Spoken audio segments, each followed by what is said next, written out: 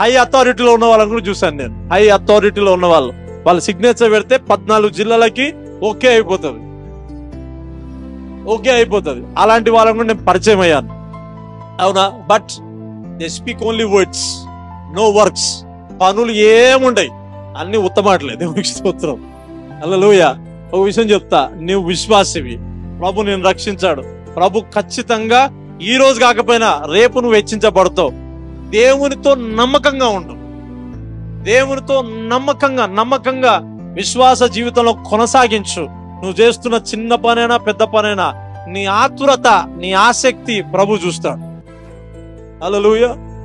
ఇంకో విషయం తెలుసా, ఒక సేవకుడు నేను ఈసీఎల్లో పరిచయం చేసేటప్పుడు మా చిన్నమ్మ వచ్చేది మా పాపం పట్టుకోవడానికి.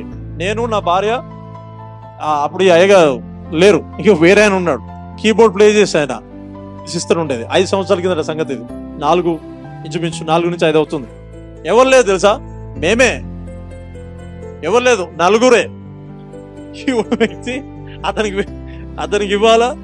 ఓకే, నేను, భార్య, మా చిన్నమ్మ, మా పాప, ఇంకొక సిస్టర్ ఉండేది, అంతే. మంచి సేవకులు వచ్చారు. నన్ను యూట్యూబ్ లో చూసి ఫుల్ క్రౌడ్ ఉంటారనుకో వచ్చి చూసారు. చూసి కనీసం వెళ్ళేటప్పుడు కూడా ప్రైజ్ ది లార్డ్ కూడా చెప్పాలి, వెళ్ళిపోయారు వాళ్ళు. ఏం చూసి, are you seeing crowd or are you seeing anointing? నువ్వు ప్రజలను చూస్తున్నావా, ఒక వ్యక్తి పైన అభిషేకాన్ని చూస్తున్నావా? ప్రజల్ని చూస్తున్నావా, తన పైన ఉన్న క్రేజ్, ఆ అనాయింటింగ్ ని చూస్తున్నావా? కనీసం ప్రైజ్ ది లార్డ్ కూడా చెప్పలేదు తెలుసా నాకు. Is a man of God, he is a man of God. కనీసం అక్కడ కూర్చొని కనీసం వెళ్ళిపోయాడు. ఇట్లా అంటే ఏం లేక, జనాలు లేక. అదే ఒకవేళ నేను ఎవాంజలిస్ట్ గా ఉంటే 100 మంది ఉంటారు అక్కడ. హల్లెలూయా. అర్థమవుతుందా? సో నేమంటే తెలుసా, హానర్, హంబుల్, ఇంకొకరిని గౌరవించడం కూడా మనం నేర్చుకోవాలా. మనము దీన్ని కాదంట, అభిషేకాన్ని గుర్తించాలా. దేవునికి స్తోత్రం. డేవిడ్ని రిజెక్ట్ చేశారు, but he became a king. దావీదును రిజెక్ట్ చేస్తే దావీదు రాజైపోయి కూర్చున్నాడు. దేవునికి స్తోత్రం.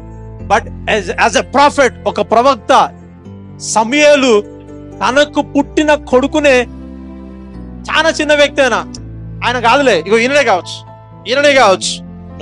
నో. సమూయేలు దేవుని హృదయాన్ని కలిగిన వ్యక్తి. నో ఇతను కాదు, సంవన్. ఇంకొకరు ఉన్నాడు. ఎక్కడ ఉన్నాడు? పశువులు, గొర్రెలు కాస్తా ఉన్నాడండి. అంత చీఫా, అతని పైన అభిషేకం దిగి వచ్చింది. హల్లెలూయా. వీళ్ళు యుద్ధ రంగంలో ఉంటే ఆయన దేవుని ఆరాధించే వ్యక్తి. వీళ్ళు మనుషుల్నే గెలవలే, ఎలుగు బంటిని జయించాడు అతను. ఆతురత, ఆసక్తి ప్రభుని ఆకర్షిస్తుంది. నీ జీవిత కాలం అంతయు ప్రభు కోసం బ్రతకడం నేర్చుకోవాలా. దేవుడు అంచెలంచెలుగా నిన్ను ఎలా హెచ్చించాడో అవన్నీ జ్ఞాపకం చేసుకో.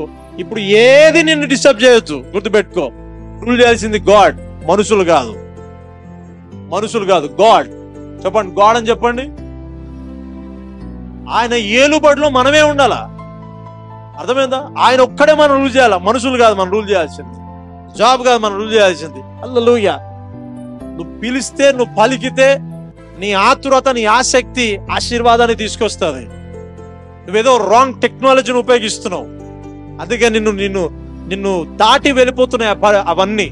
ఆశీర్వాదాలు నిన్ను దాటి వెళ్ళిపోతున్నాయి. ద రియల్ టెక్నాలజీ ఏంటి తెలుసా? ఈగర్నెస్, ఆతురత దేవుని కోసం, ఆసక్తి దేవుని కోసం. హల్లెలూయా. ఇది నిన్ను హెచ్చిస్తుంది, నిన్ను బలపరుస్తుంది. అందుకే క్రైస్తవ జీవితం ఎప్పుడు ఎలా ఉండదు తెలుసా? బాయిలింగ్, మండుతూ ఉండాలంట. ఆమేన్. ఆ రోజు భోజనం చేసేసరికి ఒక్కసారిగా జక్కయ్య యొక్క హృదయం అంతా చేంజ్ అయిపోయి, ఎంతైతే సంపాదించుకున్నాడో, ఎంతైతే సంపాదించుకున్నా అవంతా పంచిపెట్టేసినాడు. 4 గింతలు. Check it. నిజంగా చెప్పాలా, నిజమైన పశ్చాత్తాపము, నిజమైన దేవుని పట్ల ప్రేమ ఉంటే ఆయన అన్ని మనకు వస్తాయి, మన అన్ని బయటికి పోతాయి. పశ్చాత్తాపము, నిజమైన ప్రేమ దేవుని పట్ల ఉండగలిగితే ఆయన అన్ని మనకు వస్తాయి, మన అన్ని బయటికి పోతాయి. మన అన్న ఏంటి తెలుసా, మన తాత ముత్తాత నుంచి వస్తాయి కదా, సేవకులను రూల్ చేయడం, సేవకులను కంట్రోల్ చేయడం, ఇవన్నీ ఉంటాయి కదా, అవన్నీ పోతే దేవునికి స్తోత్రం. ఆమేన్, హల్లెలూయా. సో లవింగ్, దేవుణ్ణి ప్రేమించు వారి యొక్క హృదయం విశాలంగా ఉంటది, విశాలంగా ఉంటది, కొంచెంగా ఉండదు. Praise the lord.